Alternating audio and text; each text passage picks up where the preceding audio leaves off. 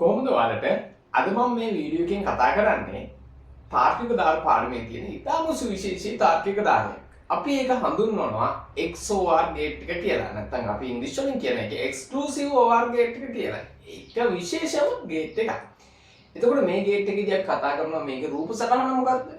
තාර්කික සමීකරණය මොකක්ද? ඒ වගේම සත්‍යතාව කොහොමද ගොඩනගී තියෙන්නේ කියලා. ඒ වගේම තමයි මේ තාර්කික දාරය යොදාගෙන ගැටලුවක් විසඳ ගන්න කොහොමද අපි මොන හරි යෙදවුමක් නැත්නම් ඇප් එකක් නිර්මාණය කරන්නේ ඇප්ලිකේෂන් එකකට කොහොමද මේක යොදාගන්නේ කියන එකත් අපි කතා කරනවා.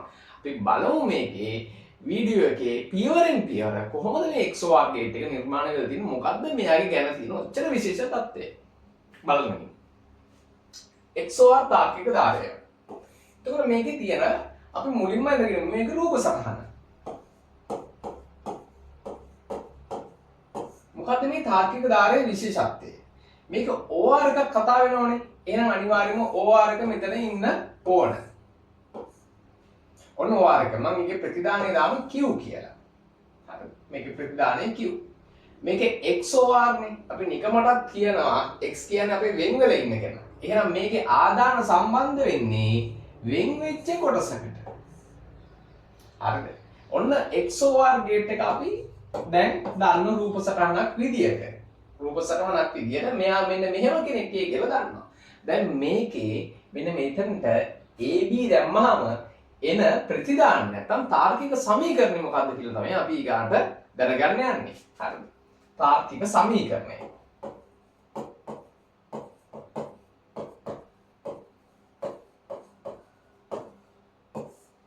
තාර්කික සමීකරණය වෙන්නේ මේක OR කතාව තියෙනවනේ. එහෙනම් A ධන B වෙන්න ඇති.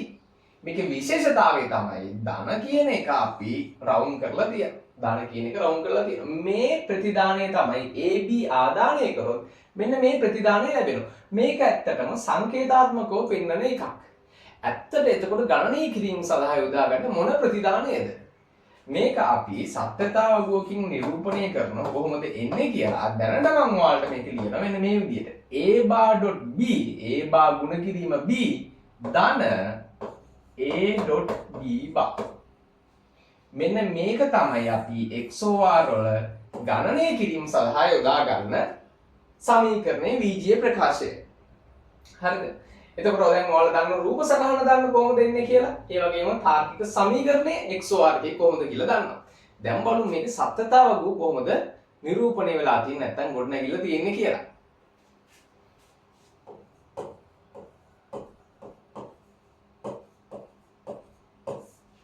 මේ සත්‍යතාවගුව ආදාන දෙකකින් නිර්මාණය වෙලා තියෙනවා. AB කියන ආදාන දෙක Q කියන ප්‍රතිදානය සමග. එතකොට AB ආදාන දෙක ආවට පස්සේ ඔයාලා දන්නවා මේ ආදාන කොහොමද පිරෙන්නේ කියලා සත්‍යතාවගුවක. මෙතන 0.1 විදියට යන්නේ. මේකේ 0.2යි 1.2 විදියට තමයි යන්නේ. හරි. මේකේ තියෙන විශේෂත්වය තමයි මේ XOR gate එකේ සත්‍යතාවගුවේ ප්‍රතිදානය කොහොමද එන්නේ කියලා හොඳට මතක තියාගන්න. AB සඳහා සමාන ආදාන. ඒ කියන්නේ බිඳුවයි බිඳුව. 1.1. අපි AB ට එකවර බිඳුවයි බිඳුව යොදාගත්තා. 1.1 යොදාගත්තා ප්‍රතිදානය එන්නේ බිඳුව කියලා. ප්‍රතිදානය එන්නේ බිඳුව කියලා. ඒ වගේම තමයි වෙනස් ආදාන බිඳුව 1 බිඳුව කියන ඒවා යොදාගත්තොත් ප්‍රතිදානය එන්නේ 1 කියලා. ප්‍රතිදානය එන්නේ 1 කියලා. ඔන්න ඔය විදියට තමයි අපි කියනවා ඒක සමජාතීය ආදානවලදී ප්‍රතිදානය බිඳුවයි විෂම ජාතීය ආදානවලදී ප්‍රතිදානය 1යි කියලා. මෙන්න මේක තමයි සුවිශේෂතාවය XOR gate එකේ සත්‍යතාවගුව නිර්මාණය කරනකොට. අපි දැන් බලමු මේ XOR gate එක යොදලා පොඩි ගානක් හදන්න. කොහොමද මේක යම්කිසි යෙදවුමකට ගැටලුවක් විසඳ ගන්න XOR gate එක යොදාගන්නේ කියලා. දැන් ඔයාලා දන්න රූප සටහන තාර්කික සමීකරණය සත්‍යතාවගුව. හොඳට මතක තියාගන්න මේක හරිම සරල දෙයක්. විශේෂයෙන්ම විභාගයේ ගණන් වලට එන්න පුළුවන්. විශේෂයෙන්ම අපි හදනකොට half adder එක full adder එක වගේ කොටස් වලදී අපි මේක තවදුරටත් කතා කරනවා. ඔන්න අපිට ගැටලුවක් තියෙනවා. අපි බලමු මේ ගැටලුව XOR එකෙන් කොහොමද විසඳන්නේ කියලා. හරි. කියමුකෝ බලන්න XOR තාර්කික ධාරය භාවිත කරන එක වාහනය කතරමං හන්දිය පසු කරන විට එය වම් හෝ දකුණු දිශාවකට හැරෙයි නම් වාහනය කතරමං හන්දිය පසු කරන විට එය වම් හෝ දකුණු දිශාවකට හැරෙයි නම් සිග්නල් ලයිට් ආලෝකමත් කළ යුතුය. ඒ කියන්නේ අපි දන්නවා අතරමං හන්දියකට නැත්නම් හන්දියකට නැත්නම් මොන හරි පාරකට හරවනකොට වාහනයක සිග්නල් ලයිට් පසුපස එන වාහන වලට සහ ඉදිරියෙන් එන වාහන වලට දැනගන්න මම මෙන්න මේ පාරේ හරවනවා කියලා සිග්නල් ලයිට් වම් පැත්තේ සිග්නල් ලයිට් එක හෝ දකුණු පැත්තේ සිග්නල් ලයිට් එක දානවා. ඒකයි මෙතන විතර කියන්නේ ලොකු දෙයක් නෙමෙයි. මේවා XOR ධාරය මූලික කරගෙන විශ්ලේෂණය කළ හැක. එහෙනම් මෙන්න වැඩේ තියෙන්නේ XOR මූලික කරගෙන විශ්ලේෂණය කරන්න පුළුවන්. ඒකට යම්කිසි විසඳුමක් දෙන්න පුළුවන් කියලා කියනවා. XOR ධාරය යනු ආදාන දෙකක් ලබා දී එකක් පමණක් සත්‍ය වූ විට අපි කියවනේ එකක් විතරක් බූලිය අපි කියන මේ AB කියලා තිබුණොත් සත්‍යතාවක එකකින් එක ආදානයකට පමණක් එක තිබුණොත් එහෙකට විතරයි අනිවාර්යෙන්ම ප්‍රතිදානය සත්‍ය වනු ඇත. ඒ කියන්නේ ප්‍රතිදානයට එක එන්නේ. විශේෂයෙන්ම අපි කිව්වා විෂම ජාතිය. ඒ කියන්නේ එකක් බිඳුව වෙලා අනිත් එක එක වුණොත් නැත්තම් එක වෙලා අනිත් එක බිඳුව වුණොත් තමයි XOR ගේට් එකේ ප්‍රතිදානය එක වෙන්නේ. සමජාතීය ආදානවලදී බිඳු දෙක නැත්තම් එකේව දෙක આવොත් අනිවාර්යෙන් ප්‍රතිදානය බිඳුවක් වෙනවා. එකවන තාර්කිකයේ ක්‍රියාවලියකි. ඔන්න මේකේ තියෙන විශේෂ තත්ත්වයක්. දැන් මේ කොහොමද මේ පද්ධතිය ක්‍රියාත්මක වෙන්නේ කියලා. ආදාන inputs L කියන්නේ left side කියන එක. ඒ කියන්නේ වම් පැත්තේ signal light එක වම් සංඥා ආලෝකය එකෙන් කියන්නේ දැල්වේ කියන එක. එකෙන් කියන්නේ දැල්වේ බිඳුව කියන්නේ නිවෙනවා කියන එක. R කියන්නේ දකුණු පැත්තේ සිග්නල් ලයිට් එක.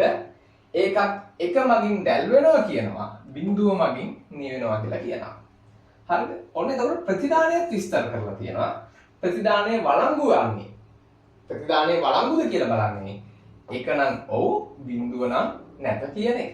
ඔන්න දැන් අපි කොන්දේසි ටික දන්නවා. අපි ගැටලුව දන්නවා. ඒක විස්තර කරලා තියෙනවා. ඒ වගේ තමයි මේ ගැටලුව අපි විසඳීම සඳහා ආදානය, ප්‍රතිදානය, ඒ වගේම ක්‍රියාවලියත් අපි ඉස්සරහට කතා කරමු මොකද්ද වෙන්නේ කියලා. අපි ගැටලුවක් විශ්ලේෂණය කරනකොට ආදානය සහ සැකසීම ප්‍රතිදානය හොඳින් අඳුරගෙන ඉන්න එපා. ඒක නිසා තමයි මම මේ ආදාන සහ ප්‍රතිදාන වෙන වෙනම ලියුවේ.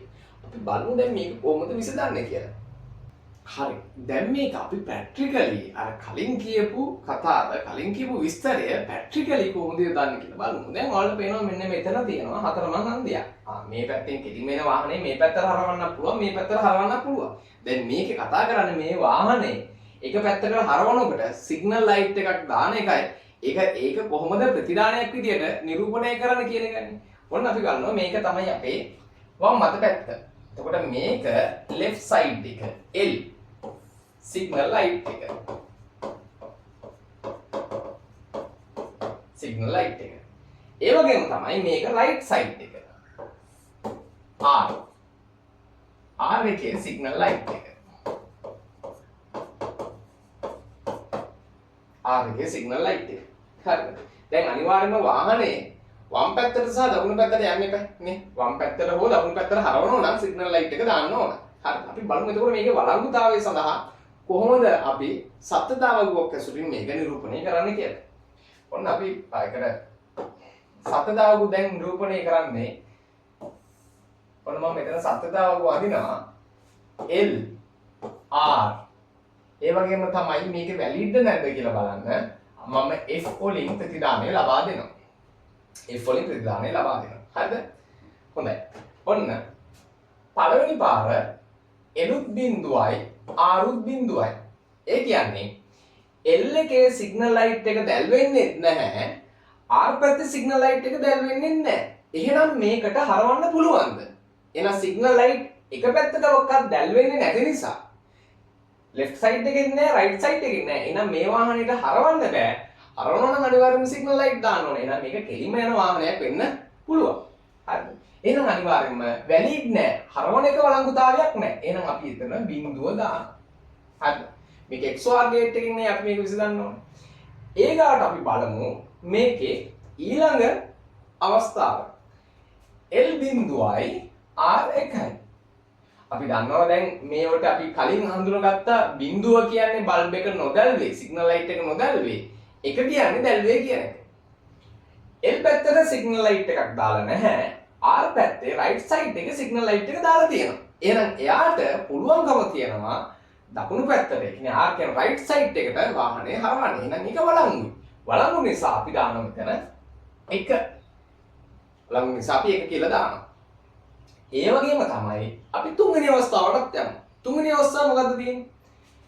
L 1යි R බිඳුවයි. L එක කියන්නේ දැන් left side එකේ L කියන side එකේ left side එකේ signal light එක දැල් වෙනවා. R කියන පැත්තේ signal light එක දැල් වෙන්නේ නැහැ. එහෙනම් ඔන්න එයාට තව වළංගුතාවයක් නිරූපණය වෙලා තියෙනවා. එහෙනම් එයාට හරවන්න වළංගුයි. හරවන්න පුළුවන්. මොකද එයා signal light එක දාලා තියෙන්නේ left side එකේ. හරි. තව අවස්ථාවක් තියෙනවා. මෙහෙමත් වෙන්න පුළුවන්ද බලන්නකෝ. එයා left side එකේ signal light එක දානවා. R side එකේ signal light එක දානවා. ඒ කියන්නේ දකුණු වම් පැත්තේ සහ දකුණු පැත්තේ signal light එක දානවා. දෙකම දාලා තියෙන්නේ දැන්. දෙකම එක වෙලාවට දානවා. එහෙනම් එයාට එක පැත්තකට හරවන්න පුළුවන්ද? ඒක වළංගුද? නැහැ. වළංගු නැති නිසා අපි ඒකට දාන්නේ මොකද්ද? බිඳුව කියලා. හරි. මෙන්න අපේ දැන් සත්‍යතා වගුව නිරූපණය කරා. බලන්න මේ සත්‍යතා වගුව අඳුරනවද කියලා. මේ මොකද්ද මේ තියෙන්නේ? XOR ගේට් එකේ සත්‍යතා වගුව. එහෙනම් මෙන්න මේ වගේ ක්‍රියාවලියකදී මේ වගේ වාහනයක් ඇතුලේ පද්ධතියක් හදනකොට ඔන්න ඔය වළංගුභාවය තහවුරු කිරීම සඳහා XOR ගේට් එක යොදා ගන්න පුළුවන්. මොකද මෙතන තියෙන්නේ XOR ගේට් එකේ සිදුවන ක්‍රියාවලියම තමයි. එහෙනම් ඒ ක්‍රියාවලිය යොදාගෙන අපිට මේ පද්ධතිය නිර්මාණය කරන්න පුළුවන්. ඔන්න ඔය වගේ තමයි මේ තාර්කික ධාරය යොදාගෙන ප්‍රායෝගික ජීවිතයේදී ප්‍රායෝගික පද්ධතිවල අපි මේ තාර්කික ධාරය ඇප්ලයි කරන්නේ. ඒ ඇප්ලයි කරලා අපිට සාර්ථක විසඳුම් ලබා ගන්න.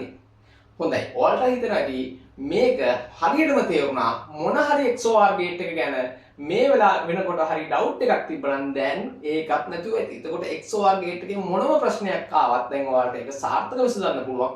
තවත් මේ වීඩියෝ එක බලන්න. එතකොට තවත් ඔයාලට නොපැහැදිලි තැන් පැහැදිලි කරගන්න පුළුවන්.